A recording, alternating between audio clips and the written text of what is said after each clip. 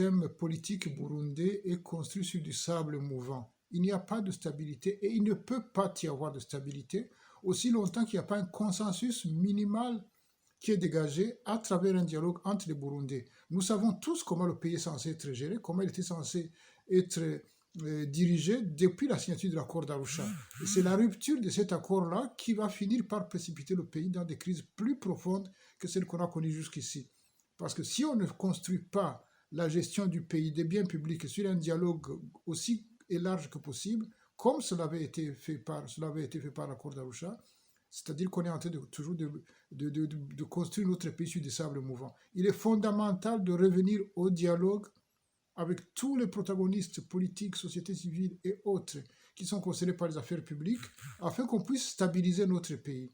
Il n'est pas possible de continuer de passer d'une crise à une autre dans le pays le plus pauvre au monde, où les gens ont énormément de problèmes, énormément de soucis de survie quotidienne, alors que l'État est censé justement veiller à ce qu'on trouve ces consensus qui permettent de stabiliser le pays et de le sortir de la misère dans laquelle il se trouve.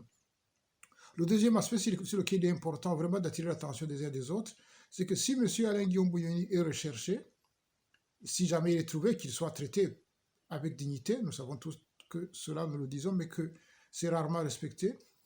Il ne s'agit pas de l'aimer ou de ne pas l'aimer, c'est d'appliquer des principes de base de vie en société, de vie en communauté, de dignité de chacun d'entre nous. S'il a des comptes à rendre, qu'il les rende en toute dignité, en toute sécurité juridique. Encore une fois, nous savons que ce n'est pas comme cela que ça se passe chez nous. Pire encore, quand on recherche quelqu'un, il est hors question de s'en prendre à sa famille. L'épouse, les enfants, les biens de cette famille-là. Il n'est pas possible aujourd'hui qu'on entende dire que les agents de sécurité qui vont faire les perquisitions ramassent tout ce qu'ils peuvent ramasser, que la famille est enfermée dans la maison, que les gens n'arrivent plus à se nourrir, parce que justement ils sont victimes de mesures qui n'ont rien à voir avec ce qui devait être fait par un État digne de son nom.